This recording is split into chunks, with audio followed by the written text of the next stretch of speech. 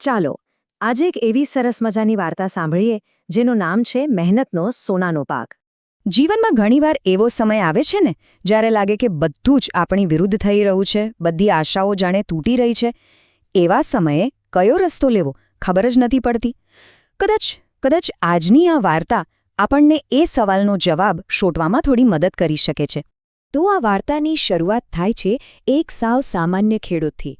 એનું જીવન કેવું હતું અને એની દુનિયા કેવી હતી કોઈ મોટો પડકાર આવે એ પહેલાં. ગુજરાતના એક નાનકડા ગામડાની આ વાત છે.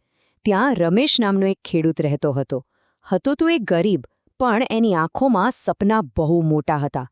બસ એક જ ધૂન હતી કે પોતાની મહેનતથી પરિવારનું ભવિષ્ય સારું બનાવવું છે. રમેશની એક ખાસ વાત હતી એની મહેનત. એ પણ કેવી? કોઈ ફરિયાદ નહીં, કોઈ દેખાડો નહીં, બસ ચૂપચાપ સવારથી સાંજ પોતાના ખેતરમાં કામ કર્યા જવાનું. એની આ શાંત લગન જ એની અસલી તાકાત હતી. પણ કહેવાય છે ને કે જીવન હંમેશા એક સરખું નથી ચાલતું. હવે વાર્તામાં એક મોટો વળાંક આવે છે. એક એવો સમય આવે છે જે રમેશ અને આખા ગામ માટે એક મોટી પરીક્ષા બની જાય છે. એ હતો ભયંકર દુકાળ. એક વરસ તો એવું આવ્યું કે જાણે આકાશ રીસાઈ ગયું. વરસાદનું એક ટીપુંય ન પડ્યું. નદી-નાળા સુકાઈ ગયા અને ધરતી તરસથી તળફવા લાગી. ગામના બધા ખેતરો સુખામબઠ્ઠ થઈ ગયા. જમીનમાં મોટી મોટી તિરાડો પડી ગઈ. હવે જુઓ, આવી મુશ્કેલીમાં શું થાય? મોટાભાગના ગામ લોકો તો નિરાશ થઈ ગયા, હાર માનીને બેસી ગયા. પણ રમેશ એ અલગ માટીનો હતો. એ શાંત રહ્યો, અડગ રહ્યો. એણે પરિસ્થિતિ સામે હાર માનવાનો સાફ ઇનકાર કરી દીધો. જ્યારે બીજા બધા નસીબનો વાંક કાઢી રહ્યા હતા ને, ત્યારે રમેશે એક જુદો જ રસ્તો પકડ્યો.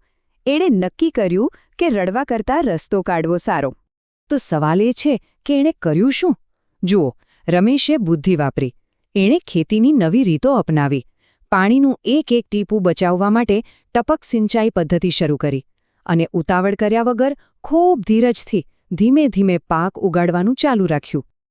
આટલી બધી મહેનત, આટલી બધી ધીરજ, પણ શું એનું કોઈ ફળ મળ્યું? શું એ સૂકી ધરતી પર રમેશની લગન કોઈ રંગ લાવી શકી? ચાલો હવે વાર્તાના સૌથી રસપ્રદ ભાગ તરફ જઈએ. વિચારો, ચારે બાજુ દુકાળ, પાણીનું નામો નિશાન નહીં. આવા સંજોગોમાં એકલા રમેશની મહેનત સફળ થઈ હશે? શું પ્રકૃતિના કહેર સામે એની હિંમત ટકી શકી હશે? અને જવાબ છે હા. એ પણ એવો કે જોનારા જોતા જ રહી ગયા.